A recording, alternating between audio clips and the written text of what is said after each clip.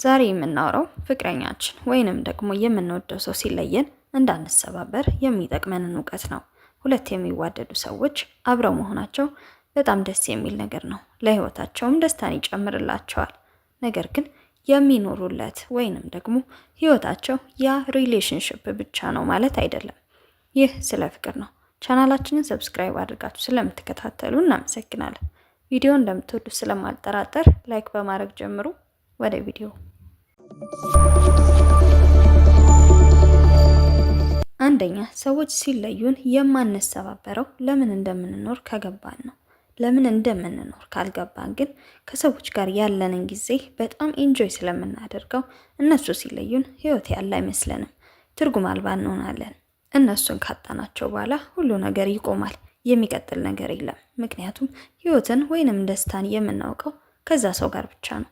እኛ የተፈጠርነው የአምላካችንን ክብር ለማሳየት ነው። ችሎታውን፣ ኃያልነቱን፣ መልኩን ለማሳየት ነው። አፈጣጠራችንም እንደ መልኩ እንደሆነ መርሳት የለብንም። የምንኖርበት ዓላማ መጀመሪያ የአምላካችንን ክብር ለመግለጥ ከሆነ በምን አይነት መንገድ ነው ይህንን ህይወት መኖር የምንችለው? ከሰዎች ጋር ስለሆነን ነው ክብሩን የምንገልጠው? ብቻችንን ስለሆነን ነው? በሀዘናችን ነው? በደስታችን ነው? ወይንም ደግሞ ከሰው ጋር ባለን የፍቅር ግንኙነት ነው? በምን አይነት መንገድ ነው የአምላካችንን ክብር የምንገልጠው? እሱ በሰጠን ዓላማ እዚህ ምድር ላይ ልንገልጠው የሚፈልገውን ነገር በውስጣችን አስቀምጧል። የስጦታውን ብዛት፣ የችሎታውን ኃያልነት የሚገልጡ የተለያዩ ተሰጥኦዎችንም ሰጥቶናል። ስለዚህ ሁላችንም የእሱን ክብር በሆነ መንገድ ልንገልጥ ተፈጥረናል። የተፈጠርንበት ዓላማ ሲገባን ሰዎች ቢመጡ ቢሄዱ አይሞሉንም፣ አያጎሉንም። በዓላማ የሚኖር ሰው አብሮት ሲሆን አይደለም ደስተኛ የሚሆነው። የህይወት ዓላማ የፈጣሪያችን ዓላማ ያልገባን ቀን ህይወታችንን እናቀለዋለን። የማይገባንን እንናገራለን። የማይገባን ቦታ እንገኛለን። ሰዎች ሲርቁን ምክንያት ይኖራቸዋል። ነገር ግን ለምን ሁል ጊዜ ከራሳችን ጉድለት ጋር እናገናኘዋለን? አዝናኝ ስላልሆንኩ ነው፣ ቆንጆ ስላልሆንኩ ነው፣ እውቀት ስለሌለኝ ነው እያለን እንደዚህ አይነት ምክንያቶች ለራሳችን እየሰጠን ያ ሰው የራቀበትን ምክንያት ከኛ ስህተት አድርገን እናስባለን። ግን አይደለም። አንድ ሰው ከሚወደው ሰው ጋር አብሮ ይኖራል። ሲኖር ደግሞ ምክንያቶች አሉት። መከባበር አለ፣ መደናነቅ አለ፣ መደጋገፍ አለ። ሲጀመር ያ ሰው የተፈጠረለትን ዓላማ የማናከብርለትና የማናግዘው ከሆነ ብዙ ነገር ያበላሻል እንጂ አያስተካክልም። ከኛ ጋር ያለው ሰው ለኛ ህይወት የሚጠቅም ቀና የሚያደርገን ለተፈጠርንበት ዓላማ የሚያበቃን የሚያግዘን ለሁለት ሆነን የአምላካችንን ክብር መግለጥ የምንችል ሰዎች መሆን አለብን። ያ ካልሆነ ግን አብረን መሆናችን በራሱ ስህተት ነው። የተፈጠርንለት ዓላማ ተረድተን በዓላማ የሚኖር ሰው አብሮት ስለሆነ ሙሉ አይሆንም። ብቻውንም ስለሆነ ጎደለነት አይሰማውም። ስንፈጠር ሙሉ ሆነን የተፈጠርነው። ማንም ሰው የሆነ ሰው ሲጠጋው አይደለም ሙሉ የሚሆነው። የተፈጠረበት ዓላማ የተሰራበት አሰራር በራሱ ሙሉ ሆኖ ነው የተሰራው። ምንም የጎደለን ነገር የለም። ሁለተኛ፣ የምንወደው ሰው ማግኘት ወይንም ደግሞ ከሆነ ሰው ጋር መሆን ሙሉ ደስታ እንደማይሰጠን ማወቅ አለብን። አንድ ሰው ከኛ ጋር የሚሆነው ስለወደደን ወይንም ደግሞ ከኛ ጋር ሆኖ የሚሰማው ደስታ ስላለ ከኛ ጋር ያሳሰበው ነገር ስላለ እንጂ ሙሉ ደስተኛ ሊያደርገን የሚችል ሰው የለም። የትኛውም ሰው ጊዜና ቦታ ብትፈልጉ 100% ደስተኛ ሊያደርጋችሁ የሚችል ሰው አታገኙም። እናንተም ማንንም ሰው ሙሉ ደስተኛ አታደርጉም። ስለዚህ ሰው ጋር መሆን ሙሉ ደስተኛ አያደርግም ማለት ነው። መጽሐፍ ቅዱስ ሁልጊዜ በጌታ ደስ ይበላችሁ የሚለው ይህንን በደንብ እንድናስተውለው ነው። ደስታ ያለው በጌታችን እንጂ በሰዎች አይደለም። በእርግጥም ከሰዎች ጋር ደስ ይለናል፣ ጥሩ ጊዜ እናሳልፋለን። በፍቅር ጊዜ፣ በትዳር ጊዜ፣ ልጆች በመውለድ በጣም ብዙ ደስ የሚሉ ነገሮች አሉ። ግን በየቀኑ ሙሉ የሆነ ደስታን ከሰዎች ጋር ማግኘት አንችልም። ዛሬ ስቀን እንውላለን፣ ነገ እንኮራረፋለን። በሚቀጥለው ቀን አንድ ሰው ስህተት ይሰራና በጣም ያሳዝናል፣ ልባችንን ይሰብራል። ከዛ ደግሞ ይቅርታ አድርገን እንቀጥላለን። እኛ ራሳችን ጥፋት እንሰራለን፣ ያን ሰው እናሳዝነዋለን። ህይወት እንደዚህ ነው። ከሰዎች ጋር ስንኖር ሙሉ ደስታ፣ ሙሉ የሆነ ሰላም አናገኝም። አንዳንድ ነገሮቻችን እየተሸፋፈንን ነው፣ እነሱም የእኛን ስህተት እየሸፈኑ ጥሩ ነገራችንን እያበረታቱ አብረን እንኖራለን። የምትወዱት ሰው፣ የሚወዳችሁ ሰው፣ የዓለም አንደኛ አፍቃሪ የተባለ ሰው አብራችሁ ቢሆን ሙሉ ደስታን ሊሰጣችሁ አይችልም። ደስታን ከሰዎች ብቻ እንደምታገኙ ካሰባችሁ ትከስራላችሁ። ብቻን ሆነ ገንዘብ ኑሮህ፣ ገንዘብ አጠህ እውቀት ኑሮህ፣ እውቀት አጠህ የሚወድ ሰው ኑሮ፣ የሚወድ ሰው አጠህም በጌታ ደስ ይበልህ ተብለናል። ሶስተኛ፣ ሰዎች ሲለዩን ስብርብር እንዳንል የሚል አድርጎ ሰርቶናል። ስንጠፋበት መዳኛውን መድኃኒት አድርጎ ሰጥቶናል። ሊተወን የማይችል እጅግ በጣም የሚወደን አምላክ አለን። ስለዚህ እኛም ከሱ ውጭ መኖር አንችልም። ይህንን በደንብ አድርጋችሁ ለራሳችሁ ንገሩት። የሰው ልጅ መኖር የማይችለው ከፈጣሪው ተለይቶ ብቻ ነው። ከሰው ውጭ መኖር እንችላለን። ከሰዎች ጋር መኖር እንችላለን። የራሳችን የሆነ ነገር መርጠን መኖር እንችላለን። መኖር የማንችለው ከፈጣሪያችን ውጭ ብቻ ነው።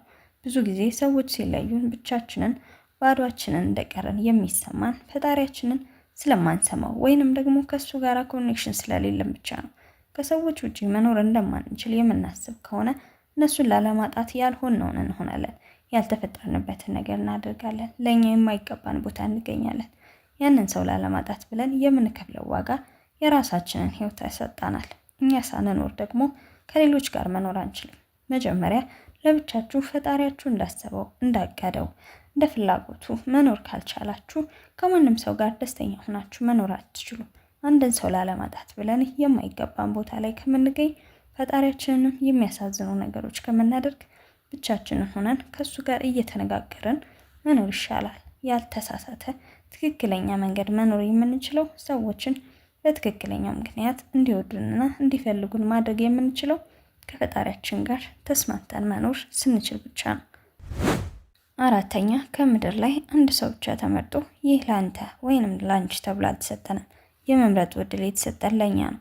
በደንብ ካስተዋላችሁት ብዙ ሰዎች ትክክል ያልሆነ ሪሌሽንሽፕ ውስጥ እየተናቁ ክብር ሳይሰማቸው ፍቅር ሳይሰጣቸው ህይወታቸው መስመሩን እየሳተ ደስተኛ ያልሆኑበትን ነገር እያደረጉ እንግዲህ የፈጣሪ ፈቃድ ነው ምን ማድረግ ይቻላል ይላሉ። የፈጣሪ ፈቃድ ልጆቹ በክብር እሱን እየገለጡ እንዲኖሩ እንጂ በስቃይ በሰው ተረግጠው ሰውን ለማስደሰት የማይሆን ነገር እያደረጉ እንዲኖሩ የፈጣሪ ፈቃድ ሊሆን አይችልም። የትኛውን ሪሌሽንሽፕ ውስጥ ሆናችሁ ደስተኛ ካልሆናችሁ ራሳችሁን ጠይቁ። ይህ ህይወት እውነት የፈጣሪን ክብር ይገልጣል? እውነት ፈጣሪ ለኔ የፈቀደው ነው? የእናንተ ደስታ የሌለበት፣ የእናንተ ክብር የሌለበት፣ የፈጣሪያችሁ ክብር የሌለበት የሚያሳፍር የሚያሸማቀቅ ህይወት የፈጣሪያችሁ ፈቃድ ሊሆን አይችልም። አምስተኛ፣ የሆነ ሰው ልክ ሲለየን ማስተዋል ያለብን ከዛ ሰው ጋር ሁኜ እውነት የተፈጠርኩለትን ዓላማ እየኖርኩ ነበር? ደስተኛ ነበርኩ? ይህንን አስተውሉ። አንዳንድ ሰዎች ሪሌሽንሽፕ ውስጥ ደስታ ሳይኖራቸው ፍቅር ሳይሰማቸው እየታገሉ የሚኖሩ ሲለያዩ ግን ለምንድን ነው የተለየኝ? ለምንድን ነው ጥላኝ የሄደችው ይላሉ። ምን ነበር እዛ ህይወት ውስጥ የቀረው? ምን ነበር የቀረባችሁ? ለማስተዋል ሞክሩ።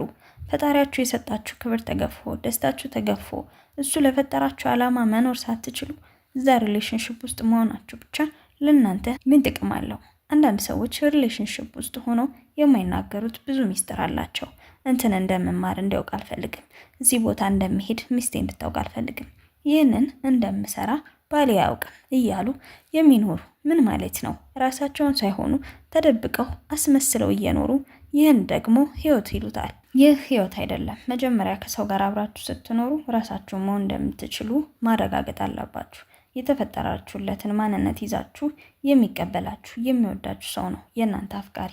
የምትደብቁት ነገር እያለ የምትዋሹት ነገር እያለ ሪሌሽንሽፕ ውስጥ ነኝ ማለት አትችሉም። የውሸት ማንነት እየኖራችሁ ደስታችሁን እየደበቃችሁ ያንን ሰው እንዳይደብረው ብቻ ፈገግ እያላችሁ የምትወዱትን የምትፈልጉትን ህይወት ላይ ትርጉም ያለው ነገር እያስቀራችሁ እየደበቃችሁ የምትኖሩበት ህይወት አይደለም። እንደዚህ አይነት ሪሌሽንሽፕ መጀመሪያ ራሳችሁን ከዚህ ማራቅ አለባችሁ። ደስተኛ ሳትሆኑ ጤነኛ ሳትሆኑ አላማችሁ ሳይሳካ የምትኖሩለትን ነገር ማሳካት አቅቷችሁ እየደበቃችሁ የምትኖሩበት ትዳር ትክክል አይደለም። ገና ሪሌሽንሽፕ ስትጀምሩ ከዚህ ሰው ጋር እውነት ራሴን እሆናለሁ፣ የማወራውን የምስቃውን ስቀንሳለሁ፣ ማደርገውን ነገር ሁሉ ነግራታለሁ፣ ትቀበለኛለች፣ የምኖርለትን ማሳካት የምፈልገውን ነገር ይህ ሰውዬ ያምናል፣ ያግዘኛል።